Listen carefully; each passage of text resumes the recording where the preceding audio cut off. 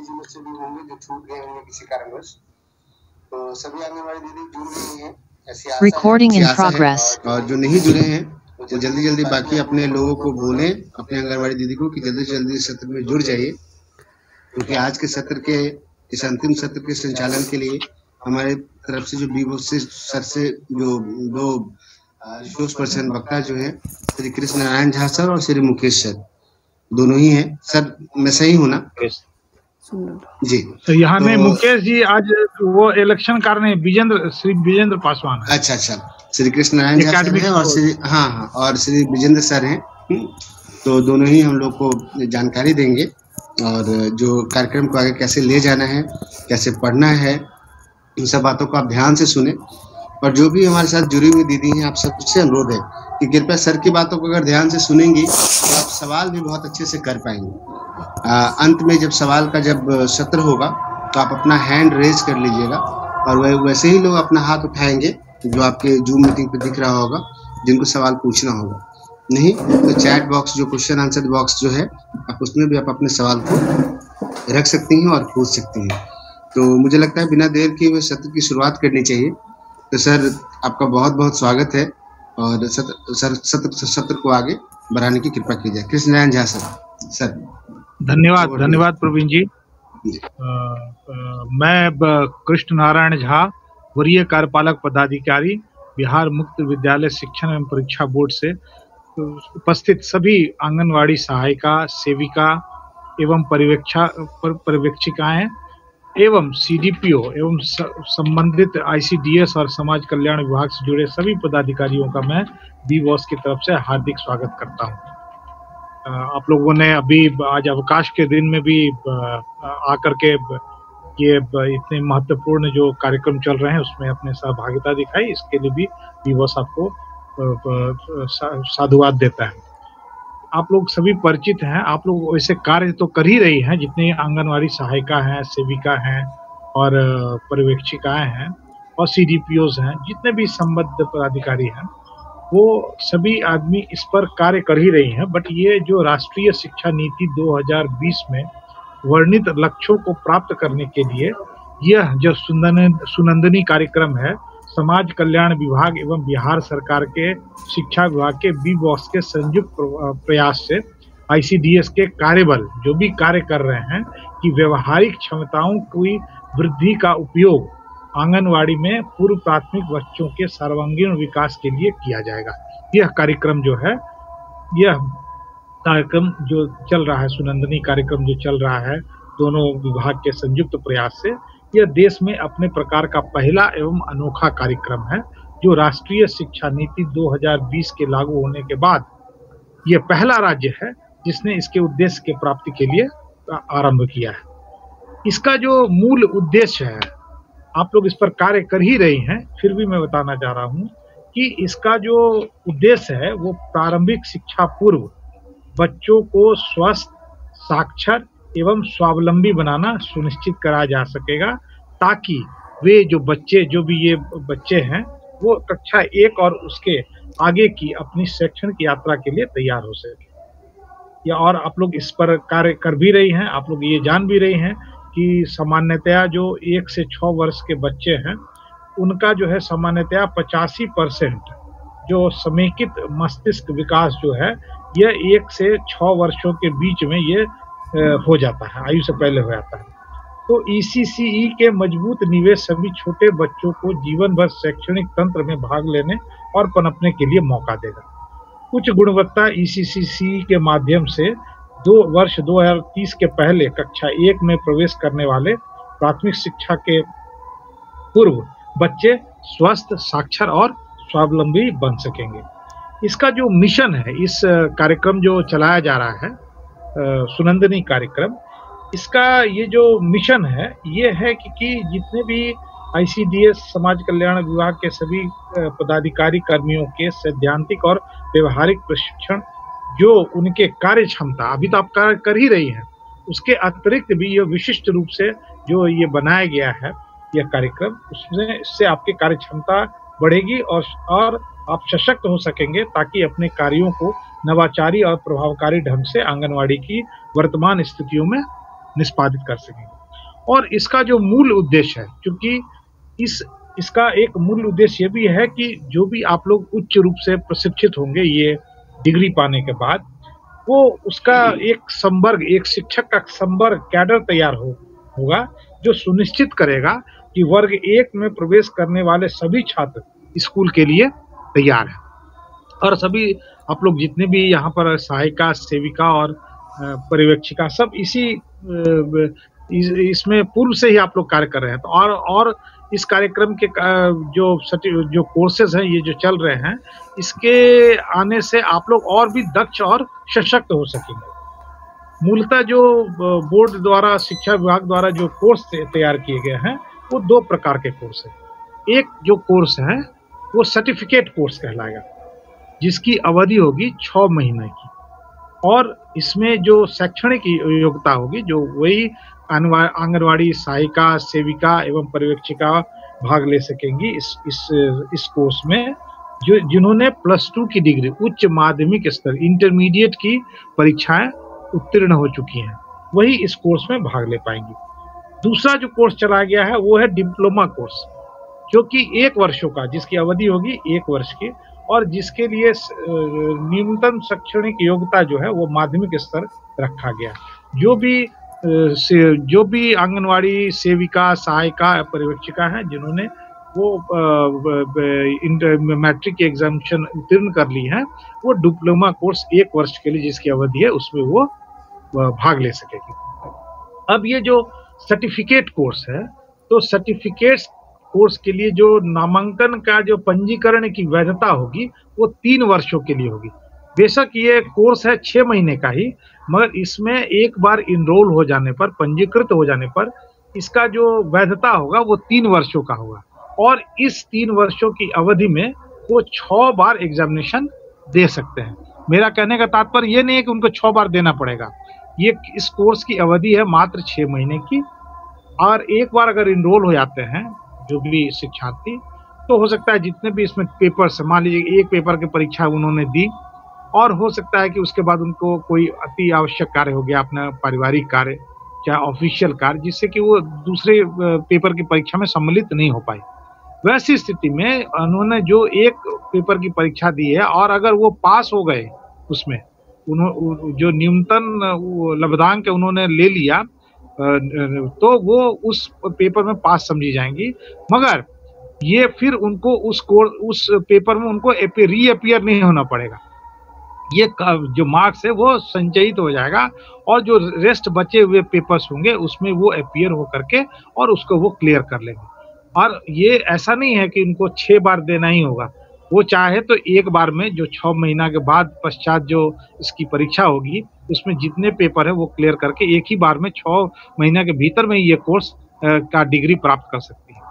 ये सिर्फ अवधि दिया गया क्योंकि यह ओपन डिस्टेंस लर्निंग मोड है, और ओपन डिस्टेंस लर्निंग मोड में ये फ्लेक्सिबिलिटी होती है, ये लचीलापन है, शिक्षा की व्यवस्था है कि अपने मन से जब ये कोर्सेस का जब एग्जामिनेशन होगा वो अपने इच्छा अनुसार इस कोर्स में परीक्षा दे सकेंगी और सर्टिफिकेट प्राप्त कर लेंगे। अब जो है ये तो सर्टिफिकेट कोर्स का। डिप्लोमा कोर्स में जो है, जो एक बार एडमिशन लेंगी उसका जो पंजीकरण की अवधि है वो 4 वर्षों के लिए वैध होगी, 4 इयर्स के लिए। वहां पर 3 वर्षों के लिए, यहाँ 4 वर्ष, और इन 4 वर्षों में वो 7 बार सार्वजनिक परीक्षा में अपीयर हो सकती है। मगर इस कोर्स की अवधि है 1 साल, 1 वर्ष की, मगर 6 महीने पश्चात वो इस एग्जामिनेशन में अपीयर हो सकती है। बट उनको 1 साल में ही, ऐसा नहीं कि 6 महीने में अपीयर होंगे या सब परीक्षा पास कर लेंगे उनको सर्टिफिकेट हो, ऐसा नहीं होगा। इनके लिए ये व्यवस्था है कि 6 महीना के बाद वो एग्जामिनेशन में अपीयर हो पाएंगे। और मान लीजिए 6 महीना में उन्होंने 2 पेपर दे दिया, तो 2 पेपर का जो मार्क्स है वो संचयित रहेगा, बाकी जो 6 महीना का है वो सेमेस्टर वाइज होगा। और ये 6 महीना का जो फिर 6 महीना उपरांत जो वो रेस्ट जो पेपर्स उनका बचेगा वो उसमें अपीयर हो करके रेस्ट को वो 1 वर्ष के भीतर में वो पूरा कर लेंगे। 7 बार परीक्षा देने का तात्पर्य ये नहीं है उनको 7 बार देना है, वो 1 बार में भी परीक्षा दे करके उत्तीर्ण हो सकती है। और इसमें जो एडमिशन के लिए जो है, जितने भी SLM है, सेल्फ लर्निंग मटेरियल, जो स्व अध्ययन सामग्री है, वो आपके CDO-PO जितने भी CDPO हैं वो नोडल अफसर रहेंगे हमारी, और नोडल अफसर के पास ही SLM जो भी अध्ययन सामग्री है भेज दिया गया है। आप लोगों को वहां पर से जितने भी नामांकित शिक्षार्थी होंगे उनको ये जो कोर्स स्टडी मटेरियल है वो CDPO के माध्यम से उनको मिल जाएगा। और अगर किसी प्रकार की कठिनाई होती है तो वो CDPO से संपर्क करेंगी और CDPO उनका समाधान, और CDPO से जब समाधान नहीं हो पाएगा और भी कुछ होगा तो उसका जो है हम लोग का बोर्ड हेडक्वार्टर जो है ये उसका समाधान करेगा। ये जो हमने बताया कि ओपन डिस्टेंस लर्निंग मोड में, ओपन डिस्टेंस लर्निंग मोड की विशेषता ये है कि इसमें आपको क्लास नहीं करना है, जैसे और है जो रेगुलर कोर्स में आप लोग एडमिशन ली होंगी, चाहे पढ़ी होंगी, चाहे पास की होंगी मैट्रिकुलेशन, चाहे इंटरमीडिएट एग्जामिनेशन। तो बोर्ड में ये जो बिहार ओपन बोर्ड है, इसमें चाहे आप मैट्रिक कीजिए, चाहे इंटर कीजिए, चाहे आप ये सर्टिफिकेट कोर्स ECCE का कीजिए या डिप्लोमा, इसमें आपका रेगुलर क्लास करने की आवश्यकता नहीं होती है। तो आप पूछेंगे कैसे ये होगा, तो आपको जो अध्ययन मटेरियल दिया गया, सेल्फ लर्निंग मटेरियल, उसका आप अध्ययन करेंगे। उस अध्ययन करने में आपको अगर किसी प्रकार की कठिनाई होती है, किसी प्रकार की अध्ययन करने में, चाहे बात समझने में, चाहे किसी इम्पोर्टेंट विषय की जटिलता को देखते हुए उसको समझने में, चाहे आपको असाइनमेंट बनाने में अगर किसी प्रकार की आवश्यकता होगी, पढ़ने के उपरांत कठिनाई होगी, तो उसके लिए बोर्ड ने PCP PCP का आयोजन किया। PCP क्या हुआ? पर्सनल कॉन्टैक्ट प्रोग्राम, व्यक्तिगत संपर्क कक्षा। व्यक्तिगत संपर्क कक्षा वो है जहाँ पर कि आप जितने भी अध्ययन करके आएंगे और आपको जो भी कठिनाई होगी तो बोर्ड के स्तर से, बोर्ड के तरफ से हर एक अनुमंडल स्तर पर विषय विशेषज्ञ रहेंगे, और विषय विशेषज्ञ आपको उसमें आपको बताया जाएगा पहले से ही कि इस दिन PCP का क्लासेस होना है, और विषय विशेषज्ञ बोर्ड की तरफ से जाएंगे और आपकी जितनी भी कठिनाइयां हैं उसको वो दूर करेंगे, चाहे वो पढ़ने में कठिनाई आ रही हो, चाहे असाइनमेंट बनाने में कठिनाई आ रही हो, किसी भी प्रकार का। अतः यह जो कोर्स होगा वो हाइब्रिड कोर्स होगा। हाइब्रिड कोर्स का अर्थ ये हुआ कि ऑनलाइन तो होगा ही, ऑनलाइन तो जब जरूरत होगा दिया ही जाएगा, और ऑफलाइन दोनों पद्धति से आपको ये पढ़ाई कराया जाएगा। अब जो है आपको स्टडी मटेरियल भेजा जा चुका है जो आप CDPO के माध्यम से आपको मिल जाएगा। ऑनलाइन क्लासेस जो होगी वो बोर्ड जनवरी से प्रारंभ करने की योजना बना रहा है। ये जो प्रथम परीक्षा होगी, ये इसमें जो भी इनरोल्ड होंगे उनका प्रथम परीक्षा होगा जून और जुलाई में। संभावित परीक्षा अभी डेट नहीं बताया जाएगा, मगर जून एवं जुलाई 2022 में इसकी प्रथम परीक्षा होगी। इसका सत्र जो होगा दिसंबर से मई, जो 6 महीना सर्टिफिकेट कोर्स का होगा, ये दिसंबर से मई तक होगा। हमें लगता है कि एक रूपरेखा है इस दोनों कोर्सेज की, ECCE की दोनों कोर्सेज की, वो मैंने बता दिया। और अब जो है अकादमिक जो है, किस तरह से आप पढ़ेंगे, क्या मूल्यांकन होगा, कैसे परीक्षा होगी, कितने नंबर का प्रश्न आएगा, किस विषय से कैसे प्रश्न रहेगा, कितने पेपर्स आपके होंगे, इसके लिए आपको अकादमिक पक्ष को समझाने के लिए ये मिस्टर विजेंद्र पासवान जो शिक्षक हैं वो आपको, और इन्होंने सुनंदनी कार्यक्रम के बनाने में, कोर्स मटेरियल बनाने में मदद भी किया है बोर्ड को, ये आपको पूर्ण रूप से बताएंगे। Over to Vijendra Paswan. इनकी बात गंभीरता से सुने, और जहां फिर कठिनाई होगी उसको फिर हम लोग प्रश्नोत्तरी सेशन में उसको क्लियर करेंगे। चलिए, धन्यवाद। Thank you sir. मैं विजेंद्र पासवान, विषय विशेषज्ञ, संपूर्ण भारत का यह अनोखा सुनंदनी कार्यक्रम में आप सभी का स्वागत करता हूं। जैसा सर जी ने बताया कि समेकित बाल विकास सेवाएं समाज कल्याण विभाग बिहार सरकार के सहयोग से एवं बिहार मुक्त विद्यालय शिक्षण एवं परीक्षा बोर्ड के अथक प्रयास से मुद्रित यह स्वाधिगम सामग्री आंगनबाड़ी सेविकाओं, सहायिकाओं तथा पर्यवेक्षिकाओं के लिए सुनंदनी कार्यक्रम के अंतर्गत 2 पाठ्यक्रम तैयार किए गए हैं, एक सर्टिफिकेट कोर्स और दूसरा डिप्लोमा कोर्स। सर्टिफिकेट कोर्स की अवधि 6 माह की होगी और डिप्लोमा कोर्स की अवधि 1 वर्ष की होगी। तो इन उपरोक्त पाठ्यक्रमों का जो हम लोग कुछ उद्देश्य और क्या लक्ष्य है, इसके बारे में थोड़ा चर्चा कर लें। तो इसका लक्ष्य उद्देश्य हम बिंदुवार देखेंगे। पहला है प्रारंभिक बाल अवस्था देखभाल और शिक्षा की अवधारणा, महत्व एवं उद्देश्यों को समझना। दूसरा है प्रारंभिक बाल अवस्था देखभाल और शिक्षा केंद्र को सुव्यवस्थित करने की क्षमता में विकास। तीसरा है प्रारंभिक बाल अवस्था में बच्चों की आवश्यकताओं एवं अधिकारों के अनुरूप उनके शिक्षा एवं देखभाल में संतुलन बनाने की क्षमता का विकास। अगला पॉइंट है शिशुओं की संज्ञानात्मक, व्यक्तिगत, सामाजिक एवं संवेगात्मक, शारीरिक, भाषाई एवं सृजनात्मक विकास को समझने में मदद। नेक्स्ट है शिशुओं के प्रगति के मूल्यांकन के तरीकों को समझने में मदद। नेक्स्ट है शिशुओं के ज्ञानेंद्रियों के विकास को समझने में मदद। अगला पॉइंट है शिशुओं में होने वाले परिवर्तनों के अवलोकन की क्षमता का विकास। नेक्स्ट पॉइंट शिशुओं के औपचारिक शिक्षा में प्रवेश के लिए तैयार करने की समझ विकसित होना। अगला पॉइंट बच्चों में सृजनशीलता को प्रोत्साहित करने के विभिन्न तरीकों को जानना। और अंतिम जो पॉइंट है वो है बिहार के संदर्भ में शिशुओं के पोषण एवं स्वास्थ्य संबंधी मुद्दों को जानने में मदद। इस प्रकार हम उपरोक्त जो प्रोग्राम है उसका क्या उद्देश्य और क्या लक्ष्य हैं, इसका बिंदुवार हमने चर्चा की। अब बारी बारी से हम जो पाठ्यक्रम का जो प्रोग्राम है वो सर्टिफिकेट कोर्स के बारे में हम चर्चा करेंगे। जैसा सर ने बताया कि सर्टिफिकेट कोर्स 6 माह की है। इसकी पुस्तक का नाम है प्रारंभिक बाल अवस्था देखभाल और शिक्षा।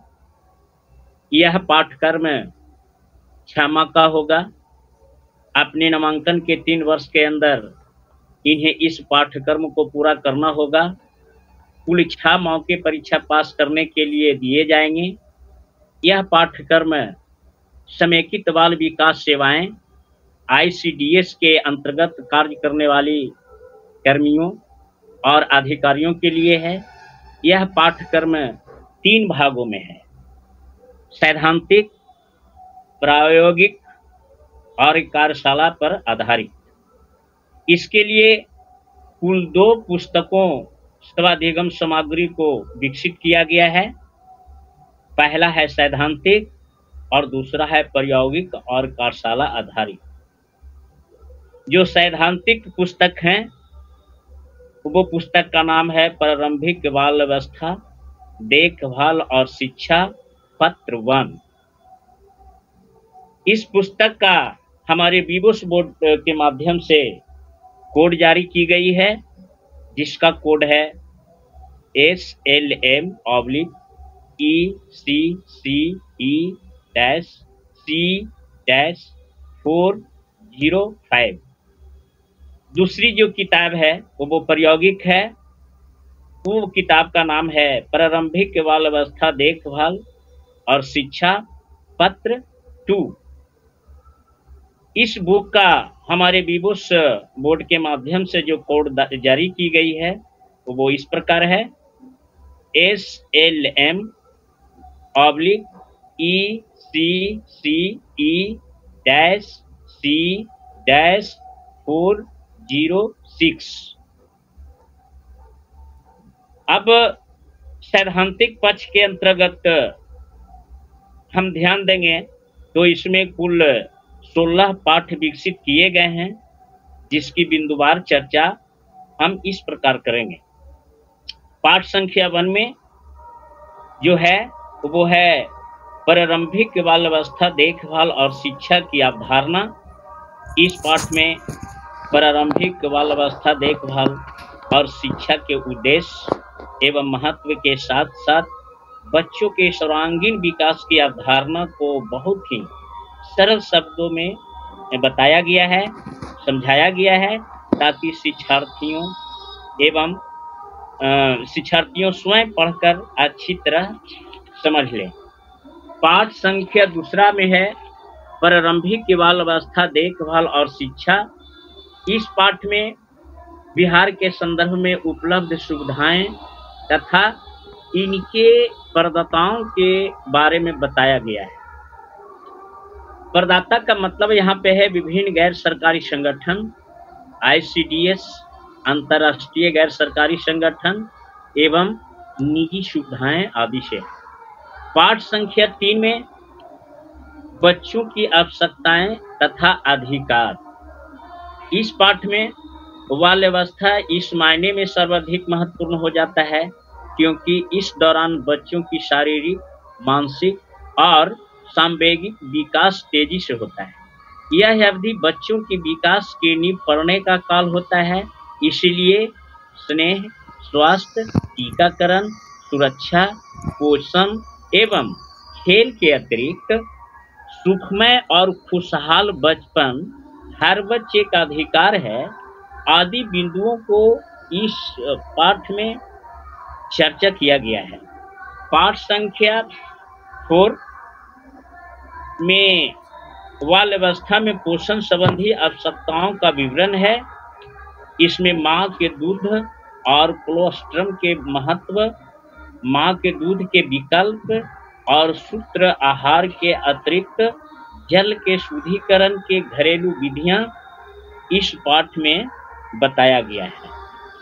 अगला पाठ संख्या 5 है। इसमें वृद्धि और विकास के अर्थ और सिद्धांत है। इस पाठ में वृद्धि और विकास को प्रभावित करने वाले कारकों को अच्छी तरह बताया गया है। पाठ संख्या 6 में है विकास के क्षेत्र और उनके परस्पर संबंध की चर्चा, और पाठ संख्या 7 में गर्भावस्था के समय देखभाल का महत्व इसमें बताया गया है, और पाठ संख्या 8 में शैशवावस्था के विकास की अवस्थाओं तथा लक्षणों की चर्चा की गई है। पाठ संख्या 9 में बच्चे की सीखना, बाल केंद्रित आनंददायी गतिविधियों द्वारा सीखने की वातावरण बनाने की चर्चा इस पाठ में की गई है। पाठ संख्या 10 में शिक्षण और सीखने की विभिन्न विधियों की चर्चा की गई है, और पाठ संख्या 11 में छोटे बच्चों में तत्परता हेतु एक दिवसीय थीम पर आधारित कार्यक्रम बनाना ये सिखाया गया है। पाठ संख्या 12 में प्रगति का आकलन एवं मूल्यांकन, इसमें आवश्यकता, उसकी क्षेत्र तथा उनके तरीकों का चर्चा इस पाठ में की गई है। पाठ संख्या 13 में ECCE केंद्र स्थापना के समय ध्यान देने योग्य बातों की चर्चा है। स्थान चयन, भौतिक सुविधाएं, इंडोर फैसिलिटी और आउटडोर फैसिलिटी दोनों में खुली जगहों का इस्तेमाल कैसा हो आदि आदि की चर्चा इस पाठ में की गई है। पाठ संख्या 14 में ECCE केंद्र के उपकरणों तथा सामग्रियों की विशेष रूप से चर्चा इस पाठ में की गई है। पाठ संख्या 15 में पर्यवेक्षण, अनुसरण, आवश्यकता तथा महत्व, केंद्र में संधारित किए जाने वाले विभिन्न अभिलेखों की चर्चा इस पाठ में की गई है। और जो लास्ट पाठ है 16वां, इसमें है वित्तीय प्रबंधन की चर्चा इस पाठ में किया गया है। तो इस प्रकार हमने देखा कि सैद्धांतिक जो है जो किताबें हैं उसमें 16 पाठ है, और 16 पाठ में क्या क्या चीज है इसमें संक्षिप्त विवरण किया गया है। अब सैद्धांतिक पक्ष के अतिरिक्त इसका जो है कुछ अंक योजना, अंक पद्धति क्या है, इसके बारे में हम चर्चा करेंगे। सैद्धांतिक पक्ष में कुल 100 अंक का होगा, और जिसका उत्तीर्णांक जो है 30 अंक की होगी। इसमें वस्तुनिष्ठ प्रश्न पूछे जाएंगे, अति लघु उत्तरीय प्रश्न पूछे जाएंगे, लघु उत्तरीय प्रश्न पूछे जाएंगे और दीर्घ उत्तरीय प्रश्न पूछे जाएंगे। वस्तुनिष्ठ प्रश्न, कुल प्रश्नों की संख्या 15 होगी, हल किए जाने वाले प्रश्नों की संख्या 15 होगा और प्रति प्रश्न निर्धारित अंक 1 हैं, यानी वस्तुनिष्ठ प्रश्न में कुल 15 अंक होंगे। अति लघु उत्तरीय प्रश्न में कुल प्रश्नों की संख्या 10 होगा, हल किए जाने वाले प्रश्नों की संख्या 6 और प्रति प्रश्न निर्धारित अंक 5, यानी कुल अंक 30। लघु उत्तरीय प्रश्नों की संख्या, कुल प्रश्नों की संख्या 10, हल किए जाने वाले प्रश्नों की संख्या 5, प्रति प्रश्न निर्धारित अंक 7, यानी कुल अंकों की संख्या 35। दीर्घ उत्तरीय प्रश्नों की कुल संख्या 4, हल किए जाने वाले प्रश्नों की संख्या 2, प्रति प्रश्न निर्धारित अंक 10, यानी दीर्घ उत्तरीय कुल प्रश्न का कुल अंक 20 होंगे। इस प्रकार देखा जाए तो कुल प्रश्नों की संख्या 39, हल किए जाने वाले प्रश्नों की संख्या 28 और कुल अंकों की संख्या 100, जिसमें उत्तीर्णांक 30 अंक का होगा। हम प्रायोगिक पक्ष की बात करें तो प्रायोगिक पक्ष की जो अंक पद्धति है वो इस प्रकार है, कुल पूर्णांक 100 और उत्तीर्णांक 40। इस प्रायोगिक में प्रायोगिक अभिलेख होगा जिसमें कॉपी बनाना है और इस कॉपी में मिनिमम कुल 10 प्रयोग करना है। इसका कुल पूर्णांक जो है 25 होंगे और उत्तीर्णांक जो है 10 होगी। दूसरा है प्रायोगिक गतिविधि, इसमें प्रयोग कर दिखाना है जिसका कुल पूर्णांक 25 होंगे और इसमें कुल उत्तीर्णांक 10 होंगे। तीसरा है प्रायोगिक लिखित परीक्षा, ये टोटल 25 अंक के होंगे और जिसका उत्तीर्णांक 10 होगा। चौथा है प्रायोगिक मौखिक परीक्षा, ये भी कुल पूर्णांक 25 के होंगे और उत्तीर्णांक जो है 10 अंक का होगा। इस प्रकार हम प्रायोगिक पक्ष के अंक पद्धति के बारे में देखें तो कुल पूर्णांक जो है 100 होगा और उत्तीर्णांक 40 होगी। इस गतिविधि में कार्यशाला संबंधी गतिविधि भी कराया जा सकता है और इसके लिए भी हम लोगों को तैयार रहना होगा। दूसरा जो हम कोर्स के बारे में चर्चा करेंगे वो है डिप्लोमा कोर्स, जो ये 1 वर्ष का होगा। अपने नामांकन के 4 वर्षों के अंदर इस पाठ्यक्रम को पूरा करना होगा, जिसमें कुल 7 मौके परीक्षा पास करने के लिए दिए जाएंगे। यह पाठ्यक्रम 2 भागों में बंटा है, एक सैद्धांतिक और दूसरा प्रायोगिक और कार्यशाला पर आधारित। जो सैद्धांतिक होती है वो 3 पत्रों में बांटे होंगे और तीनों पत्रों में जो है अलग अलग पाठ होंगे, जो हम इसका आगे चर्चा करेंगे। इन सब के लिए कुल 4 पुस्तकें एसएलएम सामग्री होगी और सैद्धांतिक पक्ष जैसा हमने बताया कि 3 पुस्तक होंगे। पहला पुस्तक का नाम होगा प्रारंभिक बाल अवस्था विकास एवं देखभाल पत्र 1। इस पुस्तक का जो हमारे बीबोस बोर्ड के माध्यम से जो कोड जारी की गई है वो इस प्रकार है, SLM/ECCE-D-401। दूसरा जो सैद्धांतिक पक्ष का जो किताब है उसका नाम है प्रारंभिक बाल अवस्था स्वास्थ्य एवं पोषण पत्र 2। इस बुक को हमारे बीबोस बोर्ड के माध्यम से जो कोड निर्गत जारी की गई है वो इस प्रकार है, SLM/ECCE-D-402। अगला जो पुस्तक है सैद्धांतिक पक्ष में वो है प्रारंभिक बाल्यावस्था शिक्षा केंद्र का प्रबंधन पत्र 3। इसका जो बीबोस के माध्यम से जो कोड जारी की गई है वो है SLM/ECCE-D-403। अब हम प्रायोगिक पक्ष हेतु चर्चा करेंगे तो इसमें जो पुस्तक विकसित की गई है जिसका नाम है प्रारंभिक बाल्यावस्था और शिक्षा, ये प्रायोगिक का है। इस पुस्तक का बोर्ड के माध्यम से जो कोड जारी की गई है वो है SLM/ECCE-E-404। अब सैद्धांतिक पक्ष के जो 3 पत्र की जो बात हुई थी, तो उसमें जो है प्रथम पत्र यानी प्रारंभिक बाल अवस्था विकास एवं देखभाल जो होती है, तो उसका जो प्रथम पत्र होता है उसके जो है बारे में हम चर्चा करेंगे। सैद्धांतिक पक्ष के प्रथम पत्र जिसका नाम है प्रारंभिक बाल्यावस्था विकास एवं देखभाल के अंतर्गत कुल 6 पाठों में विकसित किया गया है। इसमें कुल 6 पाठ हैं, तो हम प्रत्येक पाठ को संक्षिप्त रूप से यहाँ पे हम चर्चा करेंगे। तो प्रथम पाठ का जो बुक है उसमें जो पहला अध्याय है, पाठ है, वो है प्राथमिक बाल्यावस्था देखभाल और शिक्षा, इसकी जो समझ, महत्व और उद्देश्य, इसकी अवधारणा, ईसीसी की अवधारणा, ईसीसी की विभिन्न घटकों के बारे में इसमें विशेष रूप से समझाया गया है। दूसरा पाठ है बाल्यावस्था और ईसीसीई, इसमें बचपन की अवधारणा, ईसीसीई से सेवा प्रदान के बारे में विस्तृत रूप से चर्चा की गई है।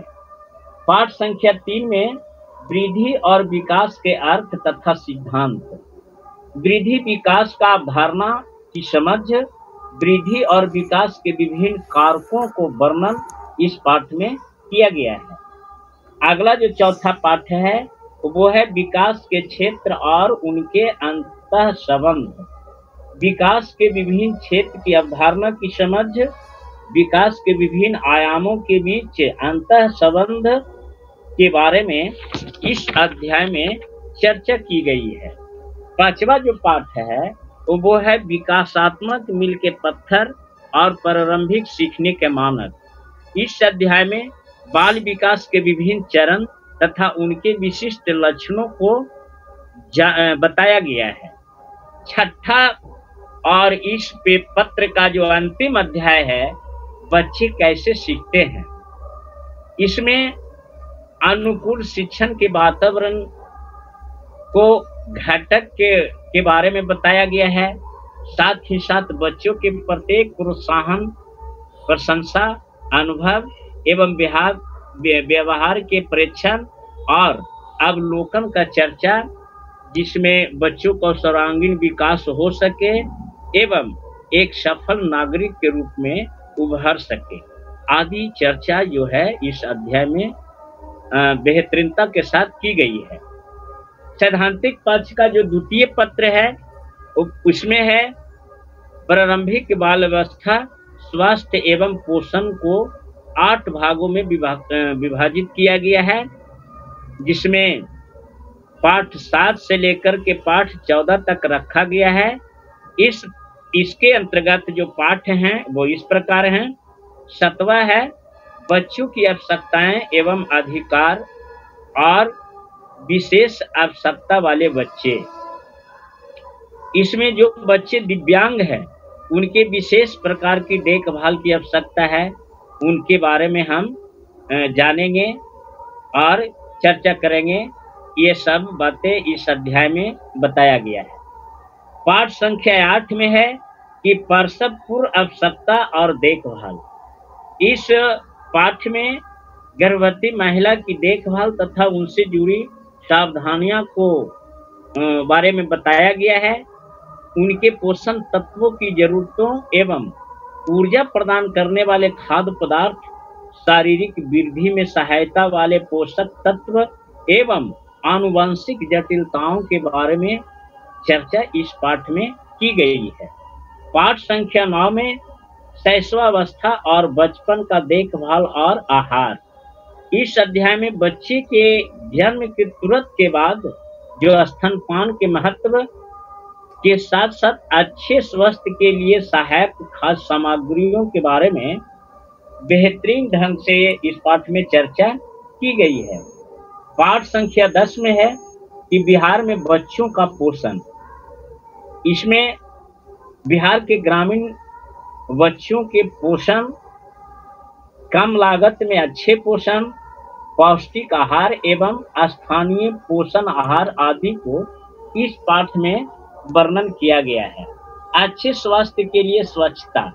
बच्चों में अच्छे स्वास्थ्य के लक्षणों, स्वास्थ्य को प्रभावित करने वाले कारकों, शरीर के अंगों के साफ रखने के महत्व, बीमारियों और उनके उपचार, टीकाकरण एवं टीकाकरण के महत्व के बारे में अच्छी तरह इस अध्याय में चर्चा की गई है। पाठ संख्या 12 बिहार में स्वास्थ्य के मुद्दे। सामान्य बीमारियों की पहचान, उनका निराकरण, स्थानीय चिकित्सा सुविधा, कुपोषण से बचने के लिए पोषक तत्व युक्त भोजन, वायु, जल, ध्वनि प्रदूषण से पैदा होने वाले स्वास्थ्य संबंधी मुद्दों का चर्चा इस अध्याय में किया गया है। सुरक्षा और प्राथमिक चिकित्सा। खेल से संबंधित चोटों, प्राथमिक उपचार, कीट का विकास एवं प्राथमिक उपचार किट के महत्व को इस पाठ में विस्तृत चर्चा की गई है। पाठ संख्या 14 में कि परिवार से सीखना। बच्चे या बच्चियां का जीवन हमेशा घर, परिवार, माता पिता व समुदाय से जुड़ा है। माता पिता एक स्वयंसेवक की तरह उनके स्वास्थ्य, परिवेश, स्वच्छ, आकर्षक शिविर या कैंप का आयोजन कर बच्चों को जागरूकता का सृजन कैसे हो आदि के बारे में सोचते हैं। इसी का स्वरूप, इसी स्वभाव की वर्णन हम इस पाठ में जो है किया गया है। अब सैद्धांतिक पक्ष का जो तीसरा पत्र है वो है प्रारंभिक बाल अवस्था शिक्षा केंद्र का प्रबंधन। इसके अंतर्गत एक ECCE केंद्र के रखरखाव और प्रबंधन की चर्चा की गई है। इसे कुल 6 पाठों में बांटा गया है, जिसे पाठ 15 से 20 तक रखा गया है। इसके अंतर्गत जो पाठ संख्या 15 है वो है ECCE केंद्र का स्थान और स्थान प्रबंधन।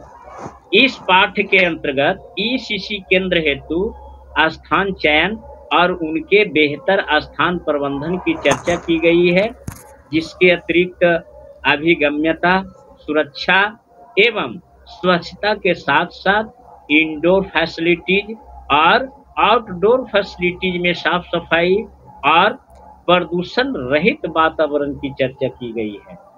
पाठ संख्या 16 में ECCE का आयोजन, उपकरण और अधिगम सामग्री।